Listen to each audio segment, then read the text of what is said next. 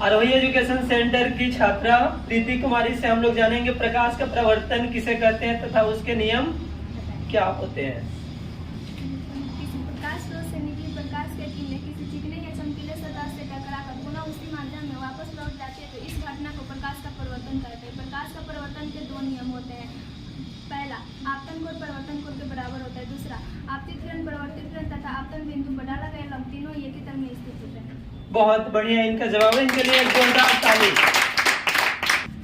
आरोही education centre की वर्ग 10 की छात्रा निपु कुमारी से हम लोग जानेंगे अमीबा में पाचन कैसे होता है और अमीबा में पाचन के बारे में संपूर्ण जानकारी हम लोग जानेंगे। अमीबा एक कोशिकीय प्राणी समकोषी जीव है जिनका आकार उत्पादों के बनने चलने रहने से बदलते रहता है। उत्पाद अमीबा का प्रजनन अंगक होते हैं जिसकी सहायता से अमीबा भोजन को ग्रहण करती है। अमीबा भोजन के रूप में शैवाल के छोटे छोटे टुकड़े बैक्टीरियल आइटम मृत कार्बनिक पदार्थों को ग्रहण करती है जिसमें पोषण अंतर्दहन पाचन तथा बहिष्करण प्रक्रियाओं द्वारा पूर्ण होती है। अमीबा जब भोजन के करीब होती है तो अपनी उत्पादों की सहायता से भोजन को घेर लेती है तथा भोजन स्थानी का निर्माण करती है। भोजन का पाचन स्थानी में ही एंजाइमों की सहायता से हो जाता है तथा कोशिका द्रव्य की सहायता से पचा हुआ भोजन पूरे शरीर में फैल जाता है तथा इसके बाद बहिष्करण प्रक्रियाओं द्वारा किसी और छिद्र द्वारा बाहर निकलता है। चलिए, इस प्रकार से इन्होंने काफी बढ़िया जवाब दिया, इनके लिए एक जोरदार ताली। आरोही एजुकेशन सेंटर की छात्रा दीपांजलि से हम लोग जानेंगे उदासीनीकरण अभिक्रिया क्या होता है। वैसी रासायनिक अभिक्रिया जिसमें अम्ल और क्षार आपस में क्रिया कर एक दूसरे के गुणों को उदासीन कर देता है तथा जल और लवण का निर्माण करता है उसे ही उदासीनीकरण कहते हैं। जैसे बहुत बढ़िया इनका जवाब है, इनके लिए एक जोरदार ताली। आरोही एजुकेशन सेंटर की छात्रा स्नेहा कुमारी से हम लोग जानेंगे संयोजन रासायनिक अभिक्रिया क्या होता है। वैसा रासायनिक अभिक्रिया जिसमें दो या दो से अधिक स्टार्च आपस में क्रिया कर कोई एकल रंगीन गुण वाला पदार्थ बनाए इसे संयोजन रासायनिक अभिक्रिया कहते हैं। Reaction C+O2 CO2। इस प्रकार से इन्होंने काफी अच्छा जवाब दिया, इनके लिए एक जोरदार ताली। एजुकेशन सेंटर की छात्रा अनिशा कुमारी से हम लोग जानेंगे जंग क्या होता है और इनसे बचाव के क्या उपाय होते हैं। लोहे की बनी वस्तुएं अम्ल आर्द्रता वायु आदि के संपर्क में आने से उनकी सतह पर लाल भूरे रंग की परत जम जाती है जिसे जंग कहते हैं। अगर जंग लगने का बचाव का उपाय निम्न है। जस्टीकरण विधि द्वारा या सतलेपन करके या ग्रीस मोबिक तेल आदि का उपयोग करके। इस प्रकार इनका जवाब काफी बढ़िया रहा, इनके लिए एक जोरदार। आरोही एजुकेशन सेंटर की छात्रा अमृता कुमारी से हम लोग जानेंगे गाड़ियों के साइड मिरर के रूप में उत्तल दर्पण का उपयोग होता है क्यों। उत्तल दर्पण का उपयोग गाड़ियों के साइड मिरर के रूप में इसलिए किया जाता है क्योंकि उत्तल दर्पण का परावर्तक सतह उठा होता है जिससे वह पीछे के विस्तृत क्षेत्र को आसानी से दिखा पाता है और साथ ही यह सीधा और छोटा प्रतिबिंब बनाता है। इस प्रकार इनका जवाब बिल्कुल सही है और इनके लिए एक जोरदार ताली।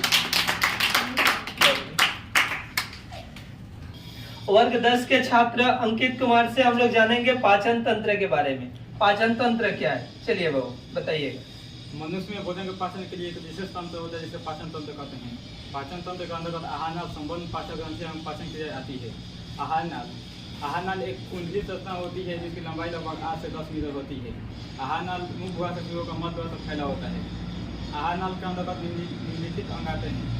पहला, मुख गुहा, ग्रासनी, ग्रास नली, आमाशय, छोटी आंत, बड़ी आंत, मलाशय या रेक्टम। मुख गुहा मुख जगह से घिरा होता है। मुख गुहा के अंतर्गत निम्नलिखित अंग आते हैं। पहला, दांत। दांत भोजन को चीरने फाड़ने में पीसने में सहायक होता है। दूसरा, जीभ। जीभ स्वाद को बताने एवं गति का भोजन निगलने में सहायक होती है। तीसरा, लाल ग्रंथियाँ। मुख गुहा में 3 लाल ग्रंथियाँ पाई जाती है जो कैरोटिड ग्रंथि, सबमेंडिबुलर ग्रंथि एवं सबलिंगुअल ग्रंथि कहलाती है। लाल भोजन में उपस्थित बीमारियों में विषाणु को मारने में सहायक होते हैं एवं भोजन को चिकना बनाते हैं, स्टार्च का पाचन करते हैं। ग्रास में मुख गुहा का पिछला भाग होता है जो जिसमें 2 छिद्र होते हैं, निगल द्वार, पंख द्वार। भोजन निगल द्वार के रास्ते ग्रास नली में पहुँचता है। ग्रास नली की लंबाई लगभग 25 सेंटीमीटर होती है जो लाल से सने हुए भोजन को आमाशय में कमाकुंचन प्रक्रिया तक पहुँचाती है। आमाशय एक चौड़ी थैलीनुमा रचना होती है जो उदर का बाई ओर अवस्थित होती है। आमाशय का 3 भाग होता है, कार्डियक, फुंडिक, पाइलोरी। आमाशय की दीवार में 10 ग्रंथियाँ होती है जिसे जठर ग्रंथि या आमाशय ग्रंथि कहते हैं। इन ग्रंथि से निकलने वाले रस को जठर रस कहते हैं। जठर रस में हाइड्रोक्लोरिक अम्ल, म्यूकस, कैप्सिनोजन होता है। छोटी आंत, आमाशय से भोजन छोटी आंत में पहुंचता है। छोटी आंत की लंबाई लगभग 6 मीटर होती है। यह आहार नाल का सबसे लंबा भाग होता है। छोटी आंत 3 भागों में बंटी होती है, ग्रहणी, जेजुनम, इलियम। ग्रहणी से मूल पित्त वाहिनी एवं अग्न्याशय नली का जुड़ी होती है। छोटी आंत में भोजन का पाचन आंत्र रस, पित्त रस एवं अग्न्याशय रस के द्वारा होता है। यकृ, यह शरीर की सबसे बड़ी ग्रंथि होती है जिसका भार 1.5 kg होता है। इससे पित्त रस का स्राव होता है। पित्त का संचय पित्ताशय नामक थैली में होता है। पित्त भोजन को क्षारीय बनाता है। अग्न्याशय, अग्न्याशय शरीर की दूसरी सबसे बड़ी ग्रंथि होती है जिससे अग्न्याशय रस स्रावित होता है। बड़ी आंत, छोटी आंत आहार नाल का अगला भाग बड़ी आंत में खुलती है। बड़ी आंत में भोजन का अपचय भोजन का अवशोषण होता है। बड़ी आंत कोलन तथा मलाशय में बंटी होती है।